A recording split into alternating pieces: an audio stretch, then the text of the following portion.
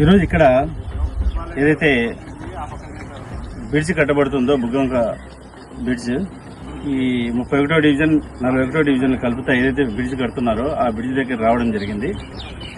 ఇక్కడ ఈ బ్రిడ్జ్ గురించి నాకు తెలిసి కడప సిటీలో తెలియని వాళ్ళు ఎవరు ఉండరు. ఇది 2024 ఎలక్షన్స్ లో పెద్ద క్యాంపెయినింగ్ పార్టీగా ఇక్కడ వెలిగింది. ఎందుకంటే ఈ 2 డివిజన్లే కాకుండా దాదాపు 5-6 డివిజన్లకు ఇది టచ్ అవుతుంది. ఇటు వెళ్తే 30 మరియు 29 మిగతా డివిజన్లకు ఇక్కడ ఇటు వెళ్తే 38, 39 చాలా డివిజన్లకు ఇది కనెక్ట్ అవుతుంది.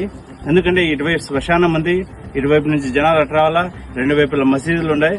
అదేవిధంగా స్కూల్ పిల్లలకు వెళ్లాలన్నా రావాలన్నా, డ్యూటీలకు వెళ్లాలన్నా రావాలన్నా ఈ బ్రిడ్జ్ చాలా ప్రాధాన్యత,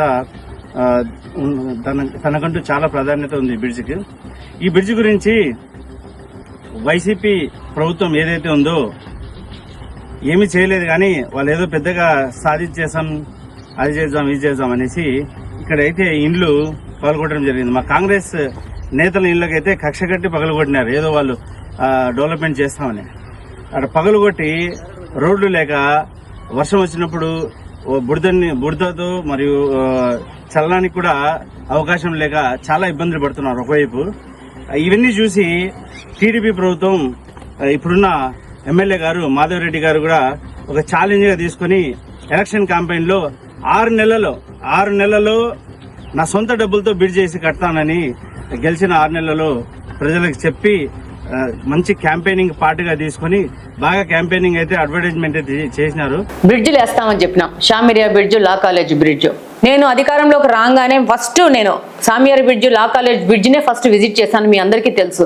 వాటి ఎగ్జిక్యూషన్ అలాగే ఇదైతే 0%. రెండు బ్రిడ్జ్లు 6 నెలలు అయినా కూడా, సంవత్సరం అయినా కూడా మొదలైతే పెట్టలేదు, కానీ సొంత డబ్బులతో అయితే చేయట్లేదు. కానీ బిల్ ఏదో పాస్ చేసినారంట.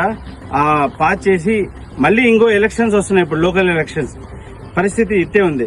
ఎట్లుందంటే పరిస్థితి, ఇటీవల కొంతకాలం క్రితం ఒక పిల్లవాడు కూడా చనిపోవడం జరిగింది. ఇవన్నీ ఎందుకు జరుగుతున్నాయి, ఎందుకు ఇంత లేట్ అవుతుంది అనేది మాధవరెడ్డి గారే చెప్పాలా. ఎందుకంటే ప్రజలకు ఒక మాట ఇచ్చినాక మాట మీద నిలబడాల్సిన అవసరం పొలిటికల్ లీడర్ గా అందరికీ అవసరము. అటువంటిప్పుడు ఇప్పుడున్న ఎమ్మెల్యే గారు ఎందుకు దాని మీద ఎటువంటి ప్రతిష్టాత్మకమైన చర్యలు తీసుకుని ఎందుకు దీన్ని పూర్తి చేయడం లేదో మేము కాంగ్రెస్ పార్టీ తరఫున డిమాండ్ చేస్తున్నాం. దీని పరిస్థితి ఎలా ఉందంటే, ఇప్పుడు ఒక చిన్న బ్రిడ్జ్ కట్టలేకపోతున్నారు, మళ్ళీ కడపకు డెవలప్మెంట్ ఎట్లా చేస్తారు, ప్రజలకు ఎలా మీ మీద నమ్మకం వస్తుంది. రాబోయే ఎలక్షన్స్ లో, లోకల్ ఎలక్షన్స్ గానీ, అదే విధంగా రాబోయే 29 ఎలక్షన్స్ లో గానీ మీకు ఖచ్చితంగా అర్థం చేసుకుని మీకు బుద్ధి వచ్చే విధంగా ఓటు ద్వారా ప్రజలు బుద్ధి చెప్తారనేసి ఈ సందర్భంగా నేను తెలుపుకుంటున్నాను. ఎందుకంటే కాంగ్రెస్ ఉత్తి మాటలు మాట్లాడదు, ఆకాశం మాటలే మాట్లాడుతుంది, ఆకాశం చేసినట్టు చేస్తుంది.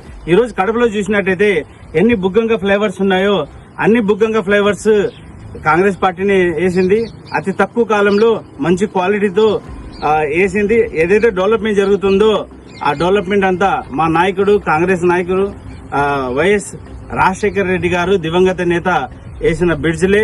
ఈ డెవలప్మెంట్, ఇటువంటి డెవలప్మెంట్ ఇంతకు ముందు ఏ ప్రభుత్వాలు వచ్చినా, టీడీపీ వచ్చినా, వైసీపీ వచ్చినా చేయలేదు. ఇక రాబోయే కాలంలో కూడా వైసీపీ వచ్చినా, టీడీపీ వచ్చినా చేయలేరు. అది కేవలం కాంగ్రెస్ తోనే సాధ్యమనేసి, ఏదైనా మాట ఇస్తే మాట తప్పదు, మడమ తిప్పదు ఏదైనా ఉంటే అది కాంగ్రెస్ ప్రభుత్వం.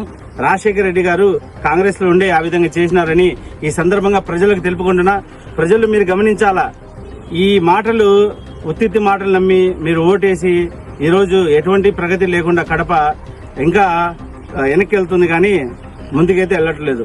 కాబట్టి రాబోయే ఎలక్షన్స్ లో కూడా ఇప్పుడున్న ఈ టీడీపీ ప్రభుత్వానికి, గతంలో మనకు మోసం చేసిన వైసీపీ ప్రభుత్వానికి బుద్ధి వచ్చే విధంగా మీరు మీ ఓటు ద్వారా వాళ్ళ బుద్ధి చెప్పాలని మరి తెలుపుకుంటూ 31వ డివిజన్ సాదిక్ సౌదాగర్ గారు ఇక్కడ డివిజన్ ఇన్ఛార్జ్ గా ఉన్నారు.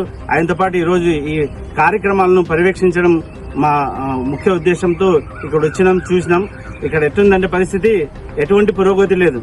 ఆ పిల్లవాడు చనిపోయి ఇప్పటికీ 3 నెలలు ఏమైంది, దాదాపు 3 నెలల ముందు ఎట్టుండిందో అంతే ఉంది. ఎక్కడేసిన గొంగలు ఎక్కడే ఉన్నట్టుంది, ఎటువంటి పురోగతి లేదు. ఎందుకు ఇలా అవుతుంది? ఇదేనా ప్రగతి దీనికోసమేనా మీకు ఓట్లు వేసింది?